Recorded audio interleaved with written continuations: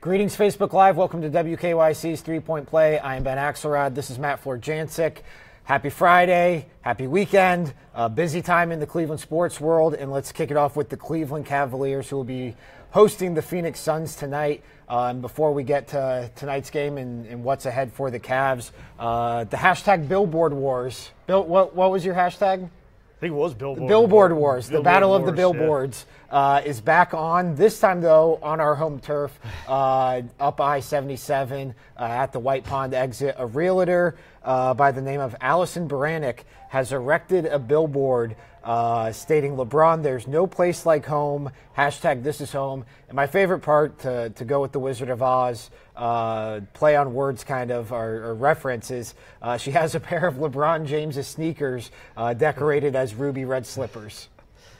This is going to get, even be more fun as the season goes on, and once we get into the playoffs, especially if it's a team that could potentially get LeBron. It could be the free Sixers. Agency. And I think if we do play Philadelphia in the playoffs, all bets are up. Every billboard in Ohio, in Northeast Ohio, is fair game at this point. And yeah. I'm interested to see where this goes from here. But you know what? For as much as we like to worry about impending free agency, it's starting to get a little fun. Yeah. Like, at least people are having good-natured ribbing back and forth with each other. And it's been pretty respectful, I would say, up until this point. It's entertaining, if nothing else. Yeah, and the Cavs had shoot-around today ahead of their game against the Suns tonight, and LeBron was asked about it. And he kind of even said this thing has kind of taken on a life of its own. He's used to this, though. He pointed out that even back in high school, there were distractions with people saying he could have been the #1 pick after just his junior year of high school. He probably would have been. There were people saying rumors that he was going to transfer from St. Vincent St. Mary to Oak Hill Academy in Virginia. He's obviously been recruited throughout his NBA career. He didn't really want to talk about the free agency. He said that, it's flattering, and of course he knows there is no place like Akron, Ohio. Right, and no matter where he's gone, he's always made sure that people understand that Akron is home. Even when he was with Miami, he would come back every year and do the bike-a-thon. Yep. He now has founded a school in Akron. I mean, Akron and LeBron are tied at the hip. I mean, he is the foundation of that city, and the foundation of that city is within him. And it's been a unique bond, and it's very refreshing to see it, because a lot of people kind of forget once they get to a certain status where they actually come from. That has never been a problem with LeBron. Look, did he grow up in the best set of circumstances in Akron? No, but he's always done what he could to better the lives of those in Akron, and that's what makes him who he is. That's what makes him such a unique and special commodity, and frankly, a person in this community. He really does care about the success of the community. Yeah, and I don't know what LeBron James is going to do this summer. I don't think you know what LeBron James is going to do this summer. I don't think LeBron knows what he's going to do this summer. I don't even know that that's into the equation. I will say, though, watching him answer those questions at shoot-around today, though, if you want to read between the lines, there's definitely a negative spin from a Cavs perspective you could put on it, in the sense that he's very confident in his connection to Akron, Ohio. And essentially what he was saying, in my estimation, what I made of what he said was, nothing I do this summer, whether I'm in LA or Philadelphia or stay here, is going to change the way I feel about Akron, and it's going to change how Akron feels about me.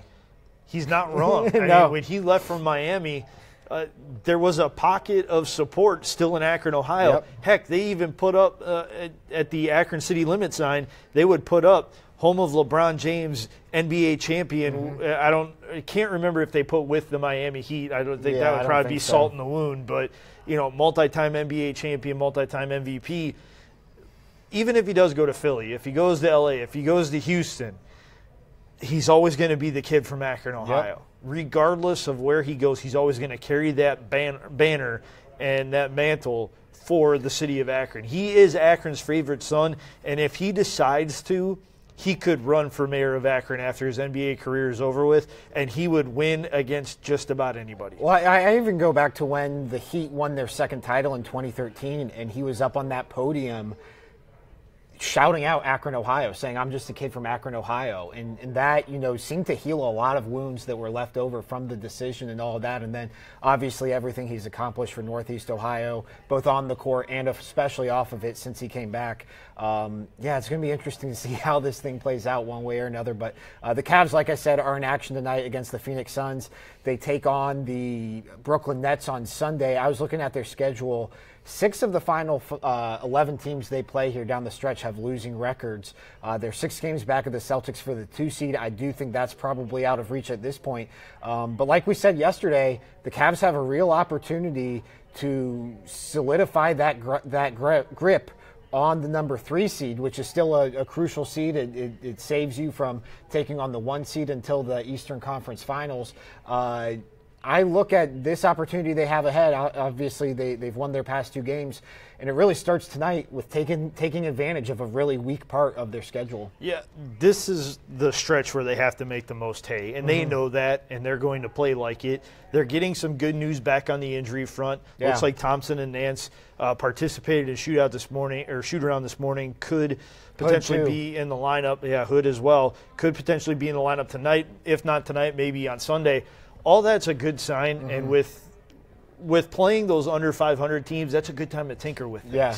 Like, you can still mess around and win those games, but you have to figure out some lineups, some matchup problems for other teams, and I think this is the stretch of the schedule that will allow the Cavaliers to do that. Yeah, and they really have no choice but to do it. I mean, this is, absolutely. Like we said, Larry Nance and Kevin Love, they still haven't played together in the same front court. Love went down before they acquired Larry Nance, so we'll see. It looks like that's going to be probably your starting front court tonight. We'll see how it shakes out. If you guys have any questions or comments for us, leave them here on the Facebook page.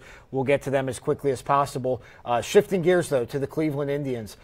Less than a week now until the season opener, 2 weeks from the home opener. Got some news today regarding the home opener. Gerard, the Olympic gold medalist from Rocky River, is going to be throwing out the first pitch. But something we didn't touch on yesterday I wanted to get to is Michael Brantley made his spring debut. I don't know if anyone expected him to actually play in a spring training game, but he played out in Goodyear. He hit a home run, and there's still some stuff that needs to be figured out, but it's looking more and more likely that Michael Brantley is going to be a part of this opening day lineup, which wasn't expected as recently as a couple of weeks ago. I have no expectations for what Michael Brantley can be in the regular season at this point in his career, given the fact that he had an all-star first half and then, very much like Danny Salazar, all-star first half, non-existent in the second half because of injury. Anything they get out of Michael at this point has to be looked at as a bonus. I know Terry Francona told us at Tribe Fest that he felt it was an easy decision to bring Michael Brantley back, but it could not have been as easy as they think it was. If you have any questions about Michael Brantley's health, believe me when I tell you they will rear their head at some point during a 162-game schedule. To think that he had that off-season surgery to stabilize his ankle and is going to be fine for 162, not going to happen. Michael's not going to play a full complement of games this year. They might give him veteran days off. He may re-injure it. Like DHing is a possibility. Something's going to be tinkered with in this lineup. Michael's not going to play. I wouldn't be surprised if he played less than 130 games. Yeah. I think if he hits 130 games, it would be somewhat surprising to me based off of his previous track record over the last 3 years. Would I love to see it? Yes. Do I think it's going to happen given the last 3 years of Michael Brantley's career? Absolutely not. Do I think it will happen? Yeah, and it was interesting being out there at spring training because you just look around and there's Jose Ramirez, there's Francisco Lindor, there's Edwin Encarnacion, there's Jason Kipnis if he's playing well, there's the up-and-comer Bradley Zimmer. This team has a lot of star power. And then you think about Michael Brantley and what he could potentially bring and how he's kind of become a footnote almost for this powerful lineup. He has to, though. Right. Given what he's been through, you cannot count on him. You can't rely on him. Yeah, and that's, I think, goes to the point of why Rajai Davis made this opening day roster. That's a good point. Rajai's on this team for a reason. It's not just because he runs really, really fast and he's a fun guy to be around. He is going to be expected to play meaningful baseball, meaningful innings for this team, not in spot situations, but we're talking like starting outfield positions here. Brandon Guyer's another guy that has an injury history, especially last year, and given the fact that he gets hit so many times with pitches, he's going to get nicked up. Lonnie Chisenhall came off of an injury that seemingly wasn't that major going into the All-Star break, and then turned into like a 6-week, hey, where did Lonnie go? Right. Where's Lonnie? Situation. Rajai Davis is going to play meaningful innings for this team. That's exactly why he made this opening day roster, be it Michael Brantley, be it Brandon Guyer, be it Lonnie Chisenhall, be it Bradley Zimmer. All four of those guys that are expected to play meaningful outfield innings for this team had significant injuries last year. Yeah, it's definitely, you definitely get the sense that it's going to be a little touch and go, and that's one thing about the Indians. For whatever reason, it seems like they're either completely loaded in the outfield and don't have enough spots, right, or their depth just disappears like that. Right. You have Rajai Davis, a guy who you signed to a minor league contract. If Michael Brantley can't go, he's probably going to be your opening day starting left fielder. Right, and that's what we talked about before you went to spring training. They have an embarrassment of riches when they're healthy, right? But when they're not, they're going to guys like Tyler Naquin, guys like Greg Allen, who are still young in their careers. So they go from having these guys that are absolute world beaters at the plate when they're on their game to guys who are seeing major league pitching sometimes for the first time around, or in Tyler's case, only the second year. Yeah. So it really is a dichotomy because they go from loaded to empty in a heartbeat. Yeah. And it really is it's sketchy how they've had to construct this outfield roster. It's talented on paper, and if they can get great health, they're in great shape. But if health is at any point a concern for multiple people in that outfield, you're going to be seeing a lot of guys like Tyler Naquin and Greg Allen playing meaningful baseball for this team. Yeah, it's going to be definitely. And they can handle it, but still, it's going to be interesting. Ideal. Yeah. Shifting gears to the Cleveland Browns, looking at our questions here. Jared Riley says, who is left in free agency that you possibly see the Browns trying to sign? Well, they made a signing today. They signed E.J. Gaines, a guy we talked about yesterday, from the Buffalo Bills. He spent the first 3 years of his career with the Rams organization, although missed one of those years due to injury. He has experience in Greg Williams' defensive scheme, a lot of starting experience. I think he started in 25 of the 26 games he's appeared in his career. You look at what they've done to this secondary dating back to 2 weeks ago now when they traded for Demarius Randall. They have completely overhauled a secondary that was in desperate need of that, and I think E.J. Gaines, who's one of the biggest names left in free agency, plays a large part in that. Yeah, they've done a good job to overhaul what was one of their weakest points on the team, but I don't think they're done. I think they're going to spend one of those draft picks on a member of the secondary, whether it's they stay at 4 and go Fitzpatrick or Ward or trade back and then go with the next tier cornerback. They're not done building up the secondary. Yeah. Everybody knows after watching last season that you can't have enough depth in the secondary, and they're going to continue building. It looks like they've lost out on Allen Hurns as he was going to Dallas to join that prolific offense, and gives Dak Prescott a heck of a weapon now to complement the other weapons he already had. So they're going to miss out on that. But still, the receiving core is something that they could look to address.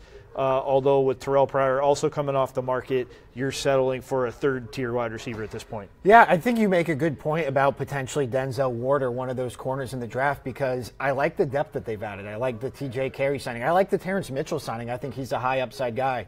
They still have Breanne Body Calhoun. They still have Jamar Taylor on the roster. But they are missing that number one corner, that lockdown guy. They really haven't had it since Joe Hayden was playing at the peak of his powers, which was a handful of years ago at this point.